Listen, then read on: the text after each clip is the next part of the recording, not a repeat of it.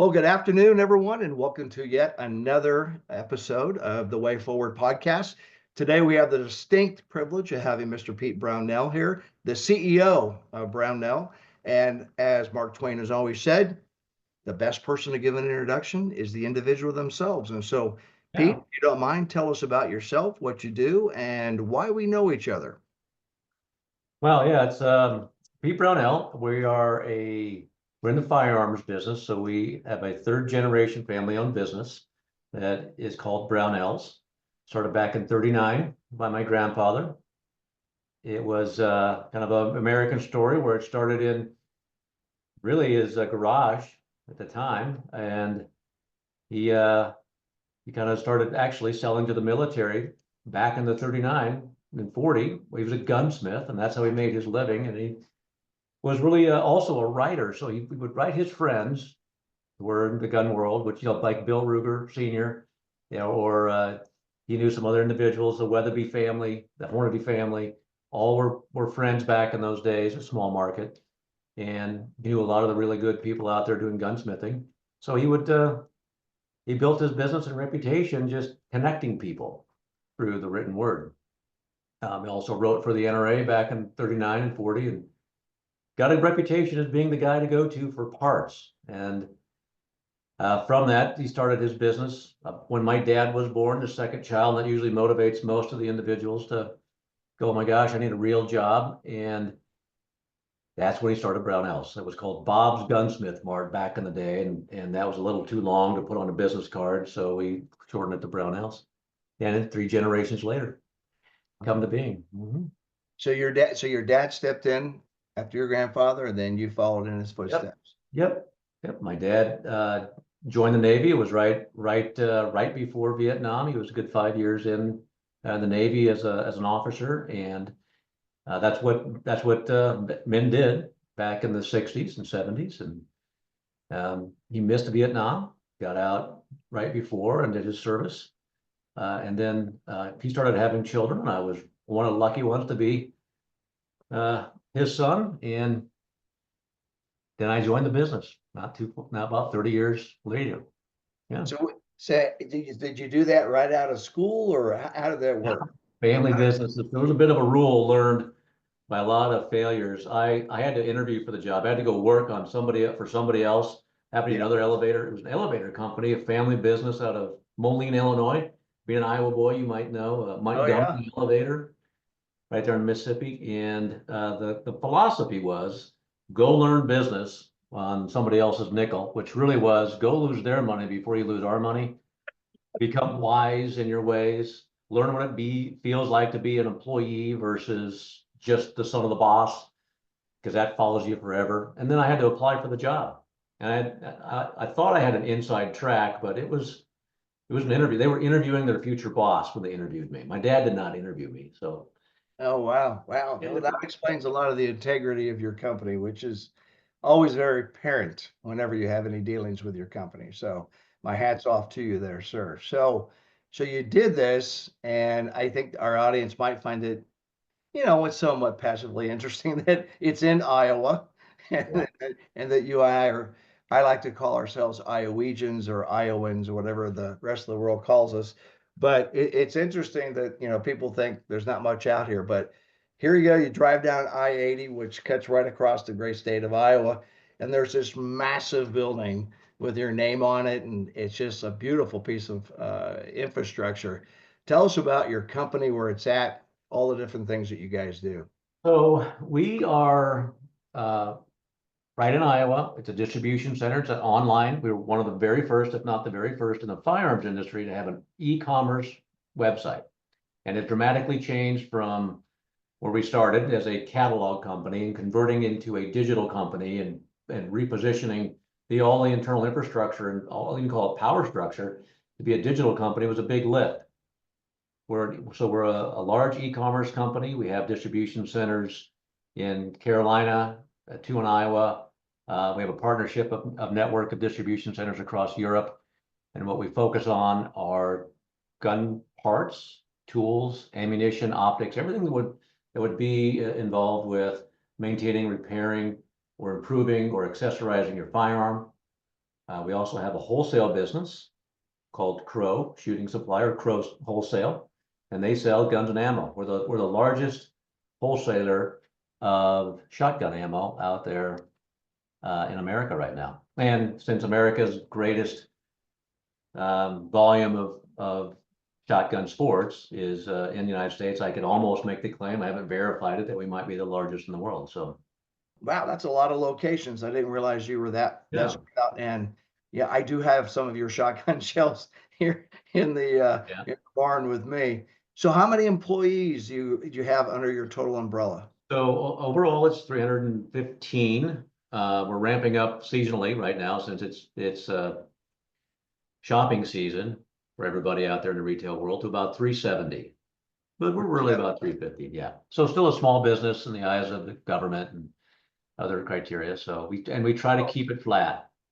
Yeah, well, I would think with a family business and B, the environment in which you operate, the space that you're in, I think lends itself well to a more flat organization and not build in some sort of, hierarchy, Right, hierarchical construct that wouldn't seem very efficient. right. It's really not. I mean, you start to build bureaucracy, you start to degrade the decision-making mechanisms.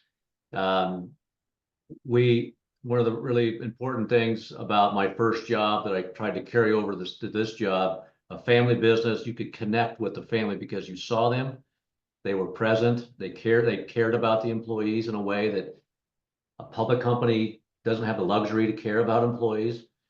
And when I moved out of that job, it was a great job, it was construction.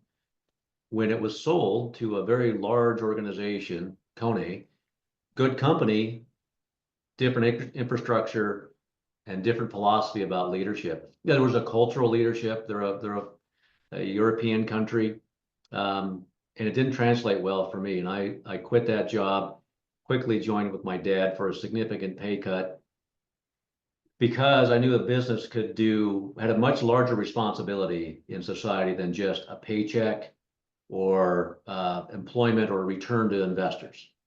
And I saw the two different leadership styles almost overnight after the acquisition. Wow. Really, Okay. really interesting reason why I decided to jump ship.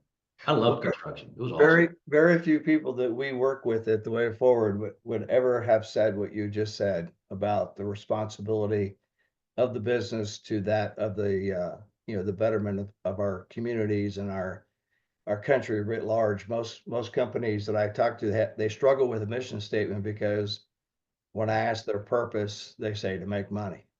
And Uh, that's not a very good work environment. So I commend you for that and want to pull the thread on that some more. But I want to get through a few more questions, and I'm going to turn you loose. okay. So there are some leaders, CEOs that we talk to here in the private sector, who say that there's an up and out requirement for a CEO and there's a down and in requirement for a CEO. And we always kind of debate what's the balance, how do you do it depending upon the type of organizational design that you have. Where do you see yourself in that as the CEO? How much up and out and how much down and in do you have to do? Up and in the industry, Okay. how I Yeah. would say that. I'm going to give you a third dimension here. Okay. My profile suggests I don't follow the boundaries very well, so I appreciate the question. I'm going to give you another axis. Okay. We're in a passion industry, meaning that it's disposable income for a large part of it. My job is to develop my people. I resell a lot of stuff. So from Ruger to Magpul to all these other companies, I've got employees that kind of learn through us. And then it's not an active participation in this next statement, but we encourage them to stay in the industry. And we would love to have them placed in a vendor of ours or in a customer of ours. Uh, So my job is to kind of help mature them, have them see what a direct marketing company does, what a distribution company does, what are our, because by no means are we um, efficient as I'd love to be. There's always room to improve, but we can add some color to that person's career path so that when they go to another company, they are a fan of ours. So we have a conversations that are real conversations based in history and friendship. and then we can help them grow and they can help us grow. So as a CEO, I'm not going to fire myself. I'm going to promote myself to chairman of the board and hire somebody else.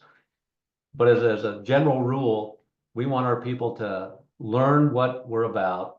And if it really works for them, because everybody's arc in life has stages, just like in the military, your stage may be with us, but it's really arrogant of me to think I'm going to hold on to you to life and you're dead to me afterwards.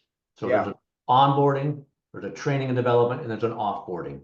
And the offboarding philosophy of ours, if you are a company that thinks that you have a societal responsibility, is to make sure they land well, they understand who they are, they're with a better company as their arc has changed, and then help them grow out that company by having direct conversations.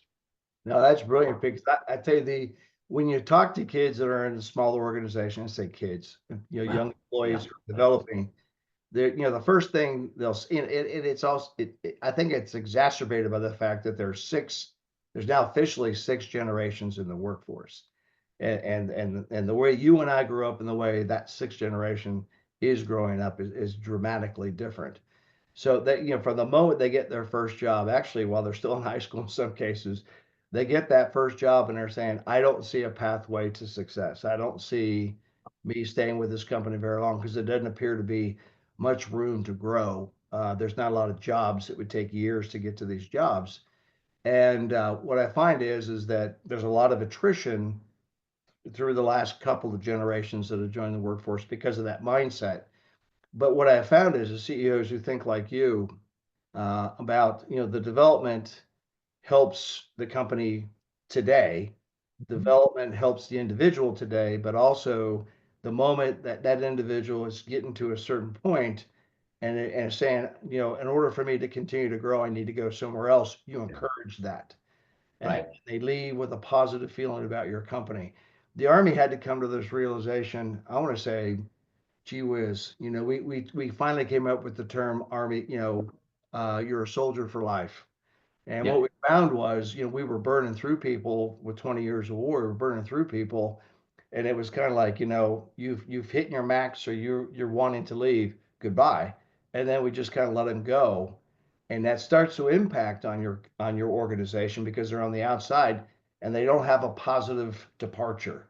They don't have a right. positive experience, and so that begins to eat up your seed corn for recruitment and for future employment. And so we changed that. And it sounds like, we probably went to school on you, it sounds like, which is, Oh, better well, to have allies out there than enemies. right, absolutely in the workplace, because your brand, your recruitment is directly tied to your mission, the passion a person has, and your leadership brand. And it's not just a cult of personality of the person at the top. That's kind of where it starts, but it has to be a cult of personality of the brand itself, and it has to take on a personification and carry the message out and to both your customer and your employees or the people working for you. And that helps. That helps quite a bit. Helps with tough times. I mean, companies ebb and flow, economies ebb and flow. Helps in tough times, and it really accelerates your ability to, we are for profit, so make money and develop our products and brand during the good times. So, Good stuff. Good stuff. So, hey, what kinds of traumatic things has your company had to face? Like in 2008, we had the housing market mhm, crash. yeah, We had big companies, pretty much balancing their books on the backs of their employees. We had some employers who say, "Hey, look, leadership's taking a pay cut." What kinds of things like that have you had to weather, and how important has leadership been in that process? economic downturns. '08, we ebb and flow with consumer behavior, and it's going to be the same big markets. Going to be disposable income. Right now, is disposable income is not as great. We all got little short arms because food bills are through the roof. Savings rates are probably at a generational low right now. Credit card debt is accelerating. I don't want to say out of control, but it's accelerating. So people are buying differently, different patterns right now. And so right now, our uh, leadership issue is our market has gotten people place orders not as frequently, and when they do, it's not as great. So we've got to time the market. So you got to have leadership in that talk about what the future may look like, what we're going to work on. We've got to let some people go because of downsizing. Everybody is going through that right now. So, and we're not immune to that. So you've got to have a message of clarity as well.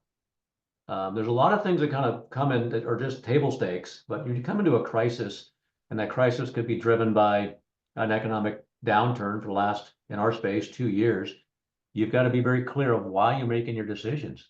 You can't just say because Pete said so, which happens, but you got to understand why, and you got to encourage your people. And I think you actually talked about it last time we were together. Empower your people to ask the question why. During an economic crisis, nobody wants to raise their head because, my God, if I pop up, that's the one that's going to come through and shave me off. So you've really got to go up and you got to explain why. You got to be proactive in that approach, and you can solicit questions then. But you got to be really good at looking somebody in the eye and saying, "Here's necessarily why I'm making it." I'm not going to talk about the person or the peer that you were with that's no longer here. I'm going to talk about the why in the marketplace, and it's very important to be proactive about that, especially during moments of crisis or in a downturn. It's also important to let it be really clear how you're making decisions. Yeah. And don't make a decision that's not in your lane. You know, everybody, and you got to be, so as a CEO, everybody thinks, well, the buck stops there. The bank, the buck stops here. My job is financial security. My operations person, I play a subordinate when it's his decision. Really? Yep. Or if it's HR, when it's her decision, or when it's marketing, when it's her decision. So it's I'll give you input, but it's your decision. It's got to be clear. Otherwise, they delegate up decision making, and you find your day just whack-a-mole on simple things instead of what you should be doing as a CEO. When you give your COO, your CFO, or your HR team, do you codify that, or are you small enough that you can just say, look, these are the 7 things that you're responsible for, and I hold you accountable for them, but you have the authority to make the decision. Here's the 2 that I'd like you to inform me about, and here's the 1 or 2 that I need you to get my permission on. Do you codify that, or is that just something that over time you've developed a rhythm with? It's good to codify it. So you hold yourself accountable, because it's stuff like, hey, you can spend up to X amount of dollars without my permission, but you better let me know what you spend it on, and I will, I'm going to check. Yep. And that needs to change given the environment that you're in, but it has to be clear when it's changed. You can't just think about it and all of a sudden you're chewing somebody's tail because it changed in your head, but you didn't articulate it. That's unfair, and it Yeah. happens. Yeah. But yeah, we've codified it, and we've said I reserve the right to change it, but you also reserve the right to push back if I hold you accountable to something it's not clear on. So do you have some sort of a process for people knowing what? I mean, I know you have meetings. No, I yeah. have a feeling you don't have as many meetings as most people I work with. But when you have meetings, there are probably critical information requirements that help you make the decisions that are the strategic ones for the company writ large. Do you have something like that that you say, look, these are the things I need to know so this meeting has value and whatnot? I'll tell you a little story. When my dad would run the business and we had some exponent, my dad used to have, being a Navy officer on a small ship, Yep. daily roll call. Yeah. So that used to be 8 people when I started with the business. We grew so fast because I brought the internet to the business that 8 people turned into about 30 people. And by the time we went around and asked them what they were doing that day, it was already an hour and a half. Yep. So we had to build a little bureaucracy in place. It was pretty clear underneath my dad's rule what was expected of him.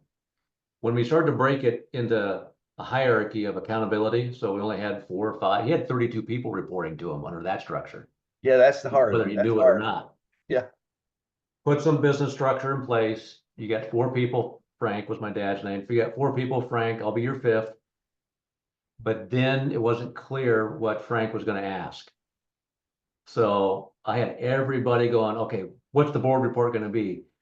Sometimes I'm talking about how come there's trash in the trash can overnight.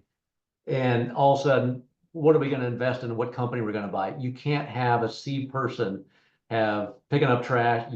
It's great to have those stories that I'm in there with you.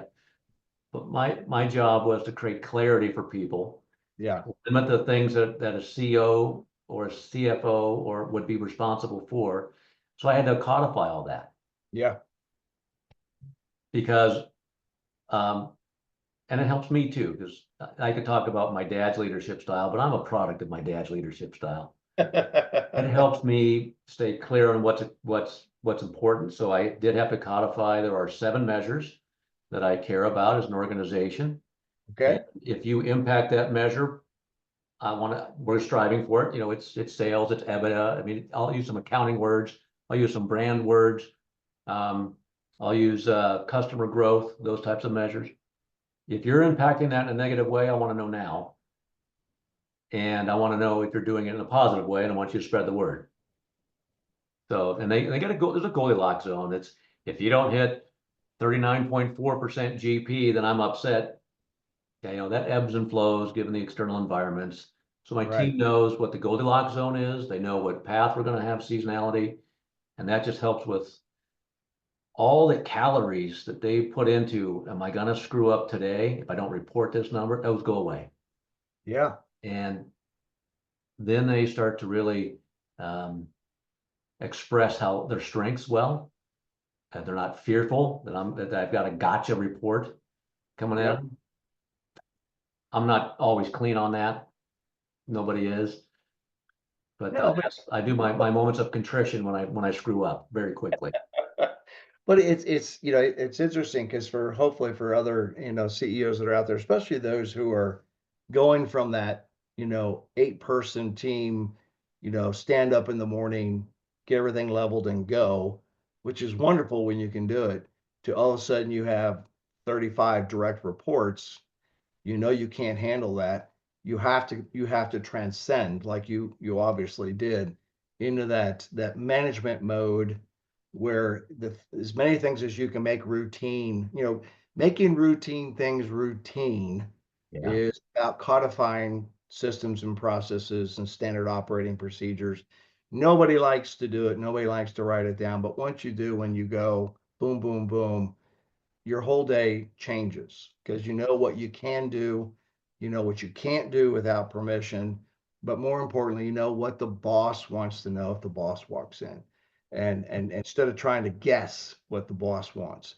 Yeah. And what you have to have is you have that a lot of people have dashboards these days and they're sitting there watching their domain and trying to figure out what all that stuff means. Well, if they're trying to figure out what it means, then they got the wrong data coming into them. Right. What data do I no kidding need to have? Yeah. And why do I need to have it? And once I have it, what the heck do I do with it? And that Right. I think that's critical. So it's good to hear you're doing that. I think a lot of people could learn from that. Well, dashboards, that becomes a matrix organization. There's a great thing just because you can get the data, just because you can get it doesn't mean it's information. Yeah, yeah, yeah, So we get a lot. So we're starting to get training in what makes a good dashboard. What are you trying to answer? And is it actionable or is it just to cover your ass or your yeah, tail? Right? yeah, yeah. Yeah, And I it's hit my usually number. See, look, well, that number does not connect with anybody before or after you. So yeah. you're making a big pile of garbage downstream. So you're just polluting the waters here. But I have to tell you a war story because it won't help you, but it might help somebody else. But my last 3 or 4 commands, I was just one management by wandering around, and it's amazing what you can learn when you just kind of wander around and sit down with somebody and go, "What are you working on?" And they'll Mhm. they'll be happy to tell you what they're working on and why they're working on and how much they don't like it. But especially in a large organization, and my last one I had 357,000 people. So it wasn't something where you could just wander off and like I tried, but you couldn't always do it. But I noticed, after about a month in that organization, Thursdays were very uncomfortable. You can just feel something's not right. You walk in there, it's like human pheromones are being excreted, in a very negative way. So you can feel the negative vibe. It's quiet. And it's like a bad day at church. And I'm wandering around and finally I'm like, what is going on Thursdays in this headquarters that's so boring and so so hideous for everybody? And why does everybody look like dirt on Friday morning?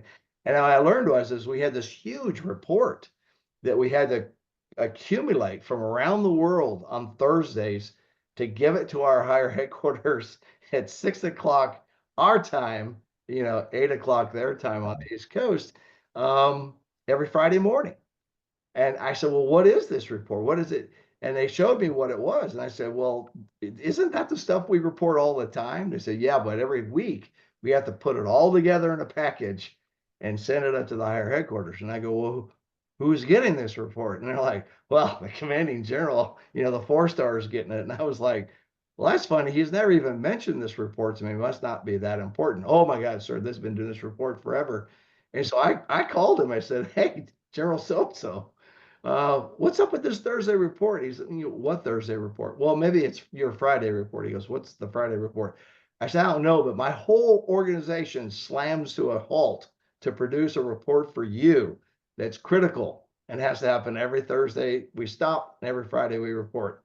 He goes, well, I don't know what it is, and it's not important to me. I said, okay.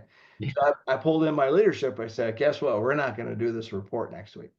I don't, what I want is whoever gets mad and calls, I want you to patch them into me so I can ask them a few questions. And you know what? My staff was so terrified of this. Oh, yeah. They still submitted the report and they acted happy around me on Thursday. They didn't know me. They didn't trust me at that particular point. Right. And I found out they turned in the reports. And the next week I said, I'm telling you, I will fire you. You guys want to get worried about getting fired? This will get you fired. Don't turn in the damn report. I need to know who this is. And sure as heck, somebody called because we missed our suspense. Now there are 9 other 2-star headquarters doing the same thing my headquarters was doing to the 4-star headquarters. And when we got done, it was a guy who was like 13 ranks junior to me who called to complain, and they patched him into me. And I asked him a few questions about who he was, where he worked, what was his rank, and does the general know that you're chewing me out for not sending him a report that he doesn't know anything about? And he said, no. I said, well, just officially today, my headquarters will never turn in this report to you again. Don't ever call back here. Don't ever request it. Unless the 4-star calls me, we're not doing it. So don't do it again. And we never did. And my staff looked at me and said, I'm serious. We don't do stupid stuff. Okay. Right. The thing is, people are doing things because they think that's what the higher headquarters wants. Oh yeah. That's how it's always been done. Yeah, it's always been that way. We're an 85-year-old company. I still find content that my grandpa wrote 40 years ago. So why are we doing that? We don't deliver by rail anymore. The Morse code that he was receiving back then is no longer decipherable. Stop that. Oh, well, tradition is great, but also tradition can be an anchor. So you've got to. My wife got a ticket at Fort Leavenworth because she parked in a buggy parking space. Oh God, yeah, right. Right. Last person was there was General Kester. I'm sure. You can't find those rules until you accidentally violate one, and they're out there going, only a buggy, a horse, and a bicycle can be parked in this spot. And I was like, please, we got to find when that was 1869 or right after the Civil War. Somebody said there will be nothing but buggies parked over there. And it's like, well, what else did they have back then? What else was going on back then? Yeah. So yeah, there's fun stuff like that. And sometimes a snap, you gotta be careful as a leader. Sometimes your snap response will drive people will put a history around that. Yeah. and create stories around it. Oh yeah. So you gotta be careful about what you're doing out there. And so I always say, when I'm talking to someone that's a couple levels below me, ranks below me, when I'm just thinking about something. Yeah. Do not do this until your boss says yes. Just an idea that could be a background if you're in a conversation. Something comes up. This might be a good thought for you. So Pete said, paint all the rooms purple before you go. Well, and I do that now because what I learned is, well, Pete said, well, Oh, yeah. But, well, sometimes it was because somebody else wanted something done. I think Pete said it, so Pete said it. So like, It's oh, right okay, from the horse's mouth. there you go. Here's your Pete pass. What what kind of things do you do? I mean, with all your experience from your dad and your other jobs and the family, what kinds of things do you do to build trust in your employees, especially new people who don't know you that well? Conversation. It's Yeah. not that I know everybody's name, but I know a lot about what they do. We have something called return. We're an adventure company at the heart of it. Our firearms are used to go out hunting or competitive shooting or in your job. And those are big adventures for people. So we call ourselves an adventure company. That resonates with many individuals because they want to aspire to go out on whatever their big adventure is. We have something called Return to the Lodge. And it's those moments that's the one big thing a year. So when they return to the lodge, we ask everybody to participate in one of 30 activities, from fire building to camping to a trail walk to financial acuity or gardening. And it's when I can take myself out of the hierarchy of business decision making, and they're the ones teaching me how to garden. We reverse the structure into their domain of expertise and pride. And that starts to build that relationship that I see them as a person, not as an employee. And that is building the bucket for when a decision has to be made that is somewhat quick, or you can't really talk about why you're making a decision as openly, but there starts to build some trust. So that's the one big event, and it's specifically done that way to build that stronger relationship with everybody that was working for me or with me.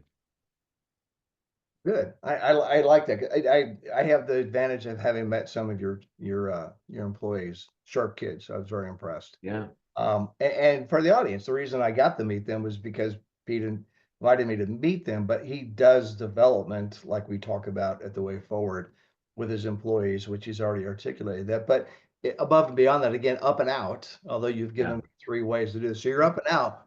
Why do you do things like, where we've met each other is why do you sit on a board of a military institution? And why do you encourage that military institution to come up and provide presentations to the business community that you work with in Des Moines? Yeah, so a little bit of context. So the Command and General Staff College Foundation is the organization that we both sit on. So Chris and I are on that. He's my boss there. That's the context. Yeah, We you're in chuckle. trouble now. And I've always thought that one of the things that the military has done exceptionally well, specifically at the U.S. Command and General Staff College, is bring young individuals from all walks of life and economic areas of life and train them how to lead and lead with consequence and lead with conviction. And I think those lessons learned at a very young age as they come, and this is the cream of the crop, really, and the teachers providing this are also very well attuned to leadership and helping young individuals mature in their career. I've always thought that was a great model to have in the civilian marketplace because we don't get training in leadership. We don't go to school. We are just through osmosis apparently, or this mentorship that is 1 hour a week, whatever that might be, is not leadership training. So it's real life stuff with real consequences that aren't money driven, but the philosophy of leadership is exactly the same. You're just doing it for a different reason. You can't lead if you haven't followed. If you don't know why you're doing things, it's hard to build trust. So that's why I bring the Command and General Staff College resources, the foundation's resources, up to Iowa and Des Moines, help these young leaders understand what it is. So we, as Iowans, we can gain that benefit. And as a company, um, the people that work with me are exposed to all this.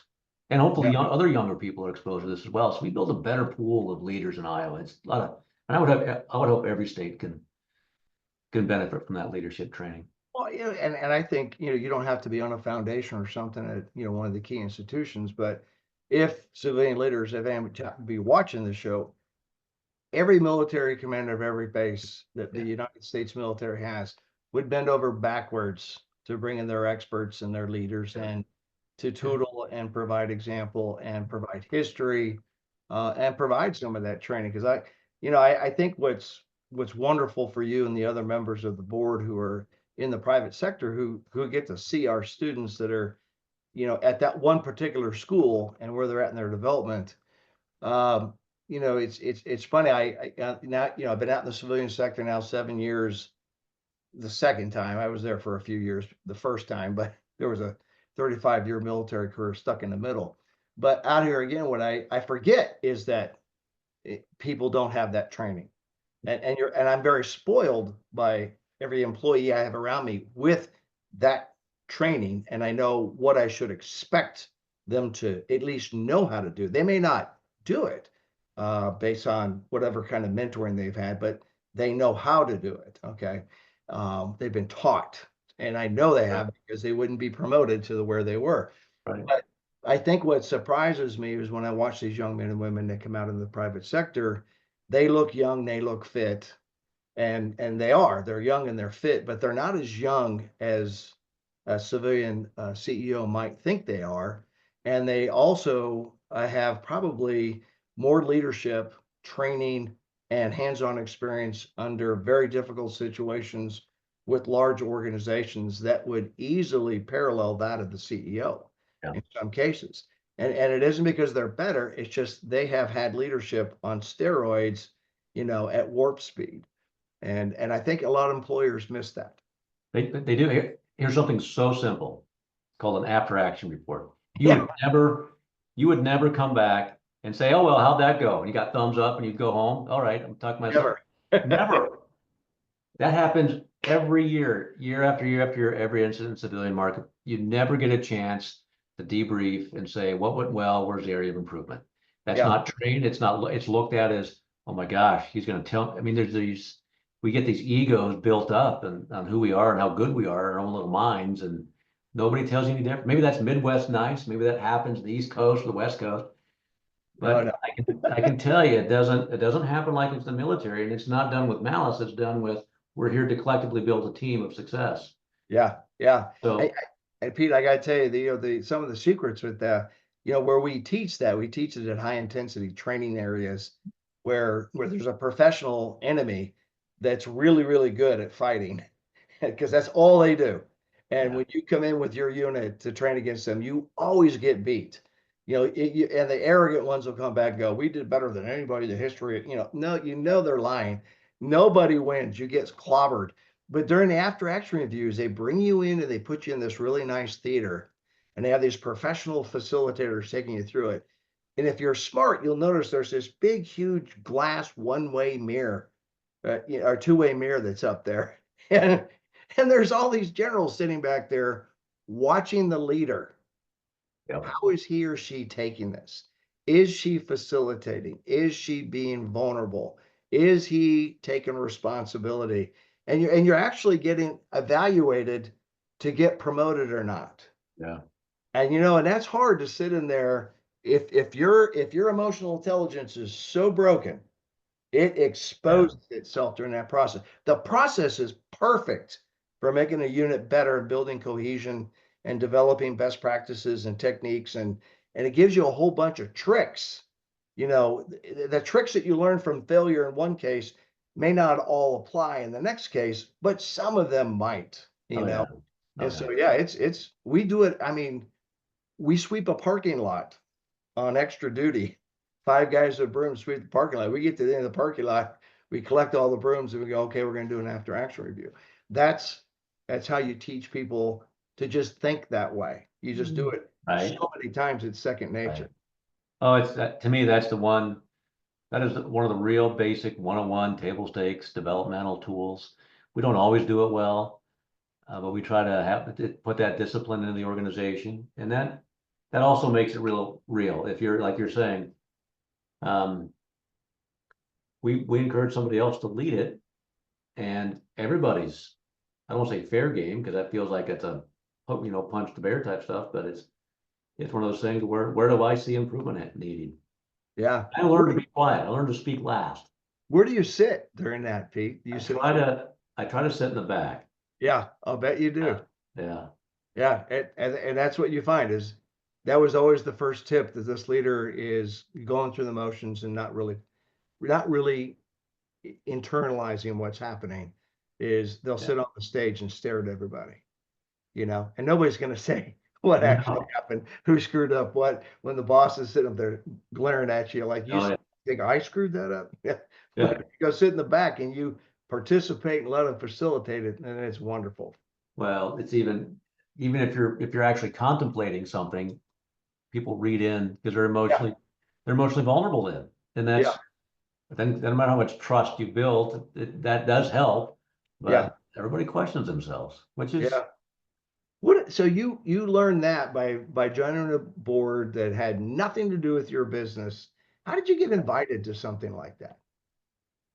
Or how did you Command find General out? Staff College. We were AUSA, which is the an Army civilian organization in Iowa. Dan McGowan, General Yeah, Dan, yeah, yeah, yep, was the civilian aide to the U.S. Army then, and we started going to the AUSA events in Iowa to help support Dan, who I knew from banking and his civilian work, and it really intrigued me on, and my father as well, on the the leadership that was coming up to Iowa even then, even through Dan. So yeah, this is really interesting. Let's go down to Leavenworth and really understand what's going on down there. Because we have a lot of military people interested in joining the organization. And we didn't quite understand the cultural differences between civilian and military. And it was hard to explain that from both sides. So we went down to just to understand the military training apparatus that's down in Fort yeah, Leavenworth and just fell yeah. in love with what's going on, not just the environment there, but the testing, the training, uh, the pressure cooker scenarios that would Yeah. bring out leadership and even sitting in class. It's amazing the how you after every speech that they give down there in class, and you got to stand up in front of 12 some peers plus the boss who's been around the horn a couple of times. What went well? What's to improve? And tell me something. What was the other question? That when you're sitting, Oh, well, what went well? What didn't go well? How do we do it better next time? yeah, Yeah. every time. So you get used to it, and Yep. it starts to Yeah. build a better person. So Especially, that's how I got interested in that. I was like, I wow, I always love being the guest speaker to 1,400 students and then go down in the classroom and listen to them critique me. You know, and that's when you knew they had a good instructor, and that's when you knew you had a good group. When they'd say, "Hey, I don't know why one time I said they wanted me to, and there was a video of my unit during the invasion of Iraq, and we're driving down the road with these big grain trucks, these big orange grain trucks, and it had our battalion motto on the side. It said "No slack," and there's about 50 armed killers in the back of each of these trucks driving by, and somebody said, "Where did those things come from?" And I said, "Oh, we stole them." And they're like, "What?" And the whole audience lost it. These are kids who are 8 or 9 years after the invasion in a very stable environment in Iraq where you contracted with yeah, local people to get trucks. But when I was invading, very different rules of engagement, very different UN charter, full blown invasion. And I told my guys, if you walk past a vehicle to come walk to me, because we were all light infantrymen carrying rucksacks and walking yeah, across the desert. And I said, if you walk past a parked car and you don't stop and hotwire it to get to me faster, I will fire you and find a smarter officer. And so we took them down and we taught every officer, every non-commissioned officer in my battalion how to hotwire a vehicle. right. Okay. And we built Slim Jims for everybody, how to pop car doors and trunks and everything. And we taught everybody to do it. And people were going crazy saying, "You're teaching a whole bunch of people how to steal cars." I go, "Yeah, as long as we do it in combat." And I don't see it as stealing, I see it as commandeering. And they, for the rest of the week, they debated my terms. I stole those vehicles. as to whether I violated the Geneva Convention and the UN Charter. And he did it in front of me, which I thought was Yeah, wonderful. yeah. Well, that's a good debate.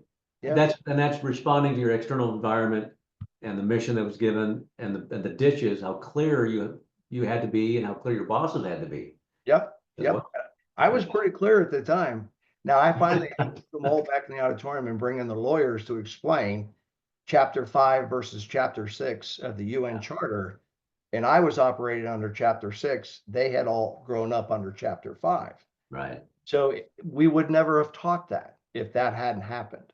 So it was like there's obviously a generational loss here in the same war, same place, but different rules, and they don't understand that there's different rules. So we brought in the different guys from the UN to explain the different charters. And it was amazing. I had never would have thought of it. And now it's been institutionalized as a part of the after action review of how to update the curriculum so the curriculum stays current. You know, that's interesting, because that teaches your future leaders, the Army, that it's not always the same rules. Right. And it's in business, it's not always the same rules because the environment's going to throw you something. Yeah, yeah, and it's hard to convince people that when they get set in their ways and Right. they've done well a certain way, now you start to ask them to do something different, which brings me to my next question.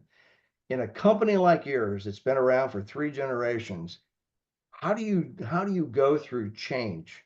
I mean, are you constantly in a state of change? Do you do it every 5 years? How do you plan for keeping up with all those targets you were Yeah. talking about earlier? Um,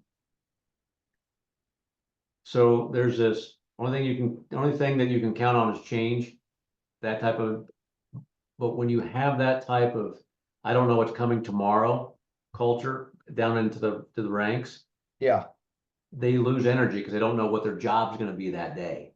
right. So we've got to set, think about it like components, that this component's always going to be for example, it is click to ship is a measure. So I click on it online and it ships. That's going to be 24 hours. What it takes to get that in between is where you give some people some latitude to improve, but you've got to, but that measure is not going to change. There has to be some constants in your strategy. And those constants have to be more than 12 months because you don't want to go this way and then pivot all your assets this way. You've got to be kind of in the general direction of heading north. But the boundaries start to make a hierarchy of click to ship is always going to be your measure people. And then we're going to add some efficiency numbers around that. And then those things have to be consistent. They have to be understood. And we get back to dashboarding. That's an actionable number. I'm not going to throw up some stuff that's so complicated for day one person that they are always confused of what success looks like. So when we're talking change, there's like big corporate changes, but that has to then, if it's going to be adopted and your strategy is going to work, it has to fit into kind of a shorter term pivot for that person who's doing that daily job. So we've got to be aware of just what does the change management look like? How do you talk about it?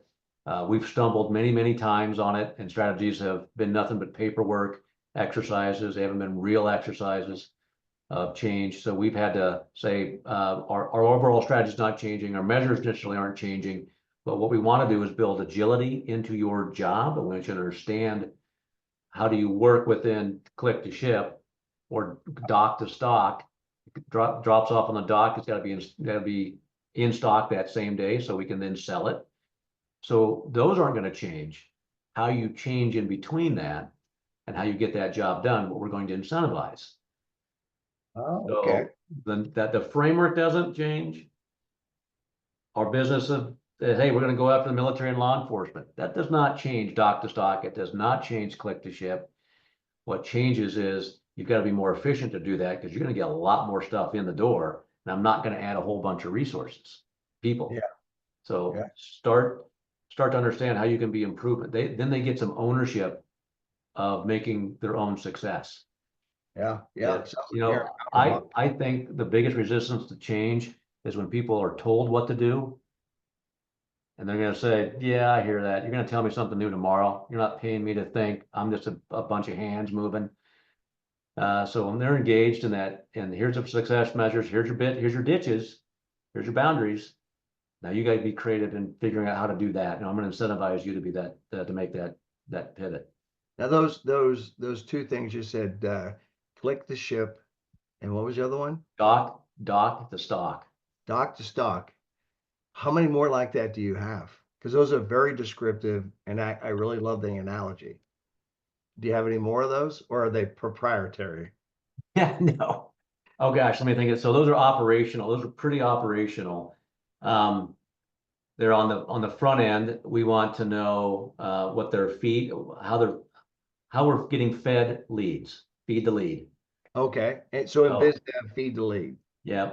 So there's a journey. Customer journey is I got to inspire you to come with a bunch of people. That's the feed that I'm giving social media people or direct marketing stuff or advertisements, and that has to turn into a lead. And then the website's job is to take that lead and convert it into an order. So lead to convert, and then that order then goes into my warehouse, and that's when that click to ship starts. And then there's a kind of the funnel that drives people to an order and they receive it. So then there's, ship to receive, and then we don't really have a measure for the circling back. We want retention to happen, Yeah, so we can, bring them back around again to the feed the lead to convert to, ship this click. So that's just those little quick phrases like that. Anybody can understand. It's somewhat descriptive. We don't want to come in with a bunch of MBA talk and say the customer's life cycle, it needs to be, that kind of crap. That doesn't mean anything to anybody. but Pete, what you just described, in the Army, we used to call that's your operational design, Yeah. how your operation runs. And then what we do with the way forward, we try to draw. I mean, you just drew out a very simple picture for me to understand what you do. I mean, it's your overall operational design, which has external factors that make it, expand and contract, which is probably what your job is, and your COO's job is to figure out what are those variables that change in there. But it also helps you to make sure that your organizational design meets that operational design. And what I find Right. a lot of CEOs will be able to tell you what their organizational design is. I've got this guy, I got these three guys reporting to me. I got these 9 divisions, and they've got 5,000 people assigned to them. And I go, okay, so that's your organizational design. What's your operational design? Well, we make money, and this is our mission statement. I'm like, but show me a picture. How does it work? What's the flow from the beginning of the life cycle to the end product production?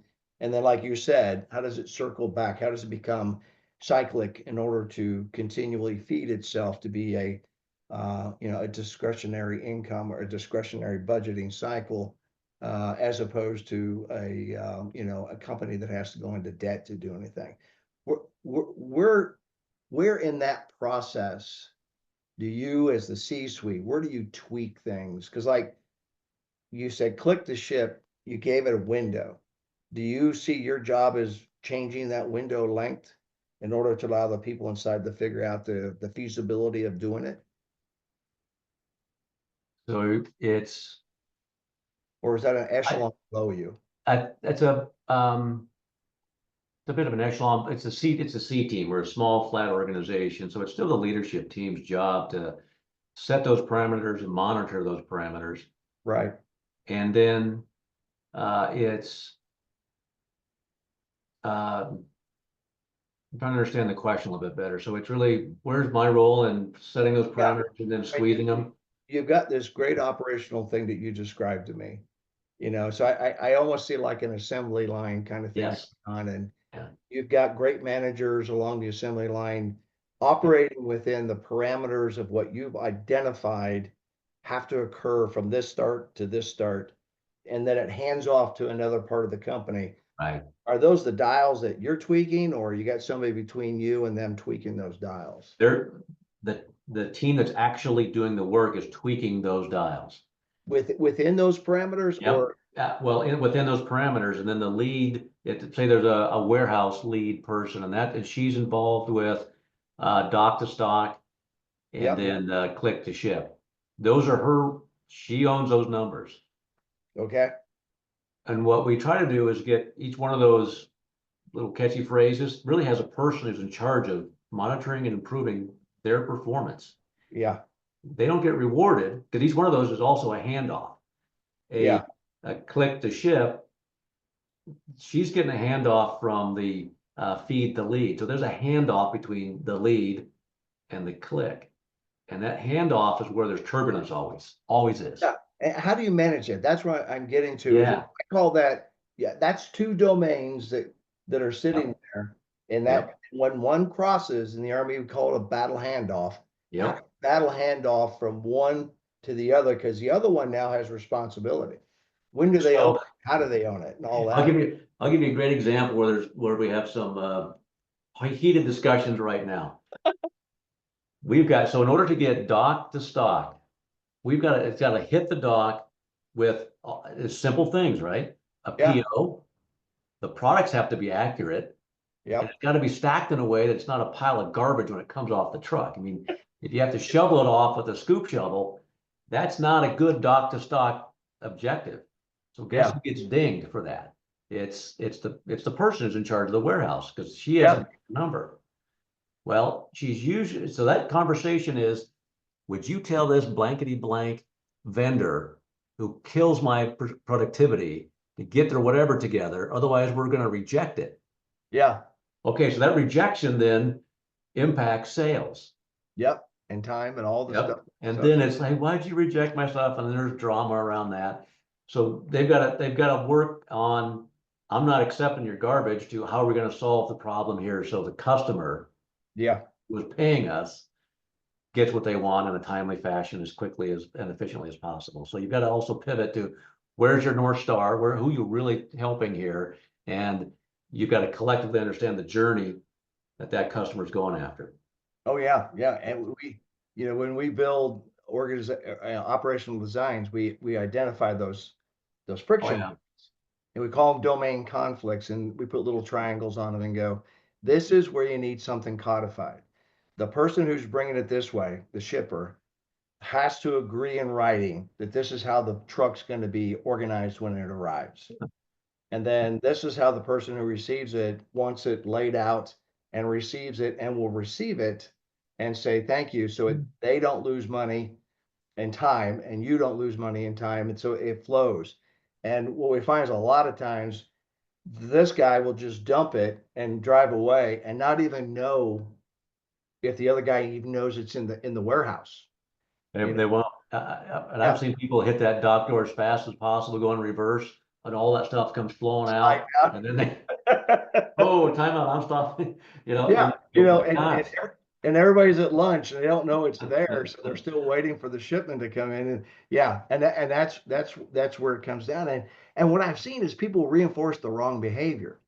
It'll be, I delivered it. That was all I had to do. I didn't have to tell you it was there. I didn't have to stack it a certain way. I didn't have to provide it in a safe environment. Because there's no agreement between the two Right. entities that's written in, so somebody can be held accountable. So what happens, and again, I'm just using your case, a bad boss would roll in and start beating up your warehouse person because now they're behind. And so you keep beating up the person and you're hitting the wrong person, because Yeah. you as the CEO or the COO haven't codified the rules on both sides of it. When does this person own it? How does it transcend? How does it picked up so your production continues to flow without loss of time and people? So one of the big, we have made that mistake, and we've made it in each generation. Yeah. So I expect us that we'll make it again. That same problem. When my grandfather, I'm going to talk about customer centricity. So the customer journey. What we've Yeah. been talking about is really when it gets into action, people start to look at the transaction as their job. Yeah. And that's when you start to get those handoff conflicts. Mhm. Or I did my job, why can't you do your arguments? Yeah. Yeah. But when you say, oh, that's a product centric approach. to your operation. So one thing that we've done is, and we're going to be this is something new that we're doing. We're going to we've written a journey down. We have 4 customer types. We have a gun shop, we've got a gunsmith, we've got a builder, you'd be a builder. And then we have a gun range and club. Each one of them has a different journey, but they all need dock to stock. They all need these attributes. They just need a different configuration and speed and material inside that responsibility. Right. We start talking about the journey, and everybody, each team lead or our person from that team is coming through on a weekly basis and then reporting their team's numbers. And they're talking about the handoff. And did we help that journey, or did we hinder that journey? Yeah. Yeah. That's good. And that starts to get to the people that are front line. I mean, you know Simon Sinek. I mean,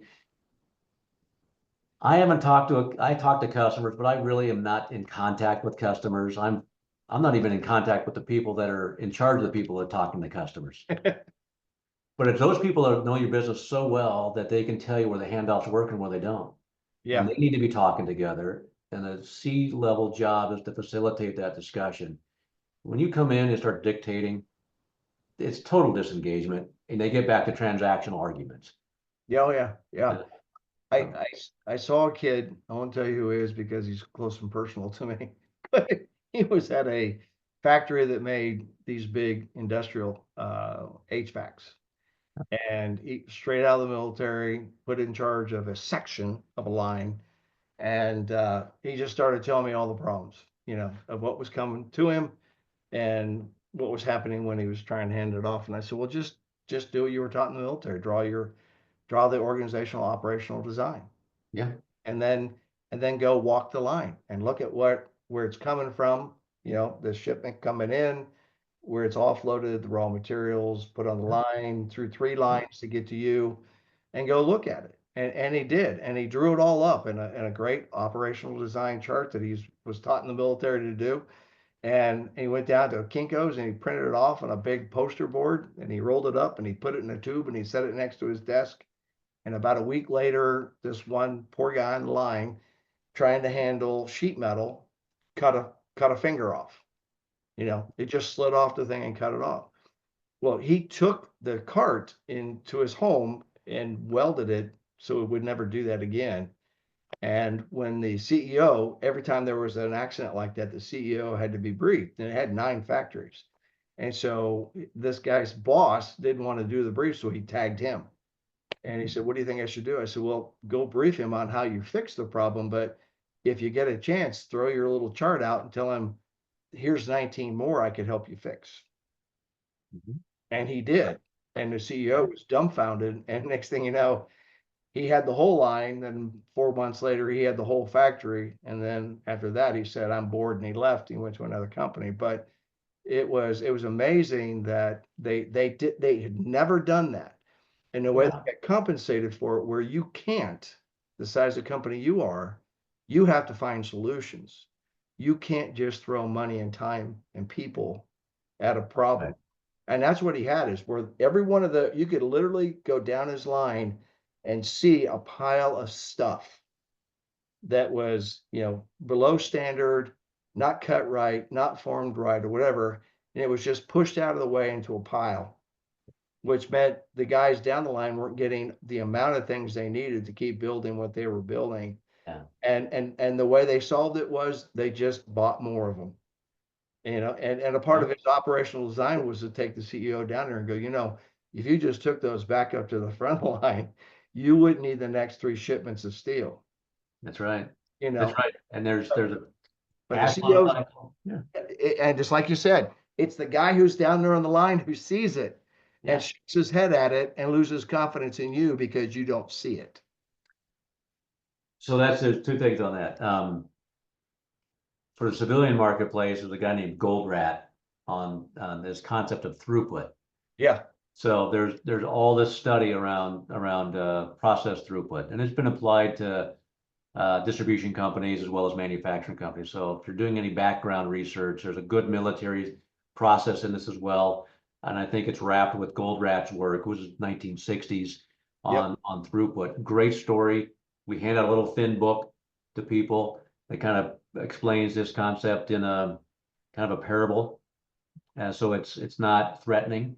And then Yeah. there's some aha moments. Like, oh yeah, I guess piles of stuff does not mean that I did a good job. Don't, yeah, Yeah. yeah, Yeah. right. Um, so we encourage people to know that process as well. You can't just say we're going to do a whole bunch of black belts and voila, we're a lean organization. Yeah. Yeah. Yeah, yeah, right. Waste a lot of time with the Lean Six Sigma stuff. Yeah, it's good foundational activity. You got to put it into action and to understand the customer journey. I mean, when you Yeah. put those two together, that's pretty good. And of course, with all those things, if it is not a priority of the leadership, then it just atrophies into nothing. And then Right. it's just another bright, shiny thing, like you were saying earlier. How many times, the next efficiency team comes in and, or you go to a conference and you come back, you got this brilliant Simon Sinek idea. and and you put it in place and you drive everybody down a rabbit hole for about 6 months, then you forget about it and don't enforce it. It's just like, oh, And he's all of a sudden you got a report that the whole department puts on and the boss doesn't ever reads it. So, you know, all that stuff. I've had those. Yeah, right. What, sir, what else would you like to share with our audience before we go to the Pete Brownell isms? Things to leave our audience with to think about. Um, you got to ask a question. It was actually right after a Command General Staff College Foundation presentation up here in Iowa. It was about leadership, VOCA, Yep. the dealing with volatile and environments. And the follow-up presentation that was put on by the Des Moines Leadership Group was about how do you deal with that. And um, to me, it's all about trust building. But I think one of the more important words it's misunderstood is empathy. Mhm. And it doesn't mean I'm soft and it's therapy. It means that I can understand where you are. And as a boss, you have to understand where your people are. You have Mhm. to understand where your customers are. And the job is to simplify the connection of all of that by understanding what their pains and gains are, what's really driving their behavior. And once you can make that clear and crisp, dock to stock, Yep. people Yeah. can start to rally on that. So another thing you might want to take a look at, Sun Tzu. Yeah, It was interesting because the business world got all excited about Sun Tzu a few years back, but not for the right reasons. And right. the one thing in there that always resonated with me, uh, all my time in the military was he would say, "Know yourself and know your enemy. Yeah, Under battles, you'll see no peril." And I remember hearing that the first time, thinking, "That's okay." I really started to dig into it. But there's a semicolon, then there's another sentence that says, "Know yourself and not your enemy," and you might win. You might get lucky half the time. And then there's another semicolon. The third sentence says, if you don't know yourself and you don't know your enemy, you're doomed to failure. And right. so, as I grew up and started applying that to human behavior, I started going, well, just take the word enemy out and put subordinate or put employee or put peer or put spouse. Mhm. If you know yourself and you know the other person, and knowing the other person, according to Daniel Goleman, is the connective tissue for that is to be empathetic, not sympathetic. That's where people get lost. Empathetic, in other words, you've tried to at least figure out what it's like for a mile in their shoes. Where are they from? How were they raised? What are their issues at home? If you know something about them, that it's easier to motivate them. It's easier to push the right buttons. It's easier to stay away from taboos. So the more you know yourself, which means, you got to be self-aware, which a lot of people struggle with. And then if you know the other person, chances are that relationship will be successful. Yeah, If you know yourself and you take no time to know the other person, you might get lucky, then you might not.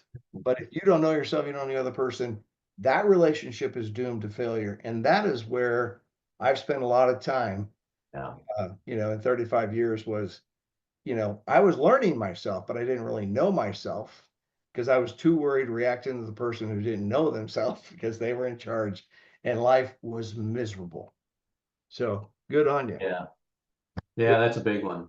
And it needs to start at the top, because if you can, if you're self-aware, and boy, do we get lessons in that every day. Uh, People model they're watching you to know how to model themselves to success. So if you Well, are going to take that, if you want to build trust, you must first be the person to offer that olive branch of trust. If you that's want right. to be someone that is a good leader, you've got to do that yourself first, I agree. multiple times. Yeah. And you're never there. That's the you know the great underline of all wisdom is to realize you don't know what you don't know. Uh, Yeah. so how about some isms? What are some Pete isms that we can take away with this? Okay, so I've got one that I kind of written on our wall at the office, and it's a adventure starts when the trail ends.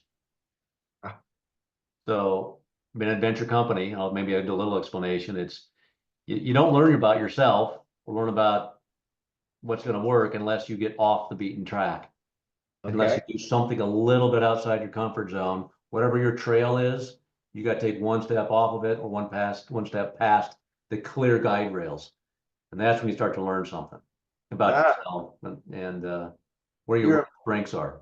you're implying in that if you get out of your comfort zone, you might actually fail a couple of times to learn Oh something. yeah, there's all kinds of stuff that would suggest that. Hang on a second. That I got something ringing in my hearing aid here. Does your wife have her own Yeah, right. tap into your hearing aid? Yeah, right. She's telling me something. I'm learning new things about myself all the time right through my hearing aid. So, testing yourself. I was scared to death of heights, so I became a rock climber. There you go. So just to learn that that was a phobia that I had that wasn't based in anything but up here. So Yeah, get off the beaten track. that's right. Don't follow the herd, that type of thing. You haven't learned anything until you've gotten lost in the woods or the swamp at least once. I just say I never get lost. I'm just out exploring, looking for a different path. That's right. Well, I am vulnerable enough to say I have been severely lost in the Mahanga swamp in Panama, where I probably should have died. But I thought I was a great hunter and outdoorsman, being an Iowegian, and somebody said there's you can go all the way around this swamp, or you can cut through the middle of it, but it's really dangerous. And I went, yeah, I'm from Iowa, and I waded into that swamp, and about 16 hours later, I came out the other end, and boy, did Yeah. I learn that I didn't know what I didn't know. So yeah, it was pretty bad. So been there, done that. You got Yeah. one more, don't you? I think you had two. Um, Venture. there's the adventure one, and then there's I'll try to PG this one. If I'll say failure is growth. Failure is growth, the way I was going to say this. Now, Failure is growth. Okay. So yeah, you that's how you I, believe that learning through there's learning through failure. There's that's absolutely. failure. You know, Okay. the reverse of that is if you don't learn anything when you fail, you just become a jerk. An arrogant person that nobody wants to work with. That's right. That's That's right. right. Yeah, you always have to own. I had a boss. He was great. He would say, "Chris, as a leader, you always have to do what is right, but you have to acknowledge to yourself that doing what is right is usually the hardest road to travel, and almost always unpopular to those you lead." And that's very true. It's very Yeah. true. And I Yeah. can't tell you how many times I've said, guys, we're going to go around the swamp. We do not want to go through the middle of it. Sir, it's going to take it out 8 hours Well, longer. won't there be some young officer who says, "Sir, can we go right through this thing?" And you know what I would do sometimes? I would say, you go right ahead, but I'm going to go this way. Yeah. Wear this tracker. That's right. Yeah, because you can't tell them. You can't tell them. You got to Right. let them live it. You Yeah. you got to get drug into the swamp before you can learn not to go there. Yeah. Pete, it's great talking to you, and I know this is late at night. I didn't tell the audience at the beginning you were just straight out of a board meeting. You've had a long day. We're filming this at 7 o'clock in the evening, and it's cold as bejesus out here in Iowa right now, where the wind chill factor is like 20 degrees colder than what it's really outside. So thanks for taking the time to do this, Pete, and Sure. appreciate it. Yep. Thank you. You bet. Have a great day.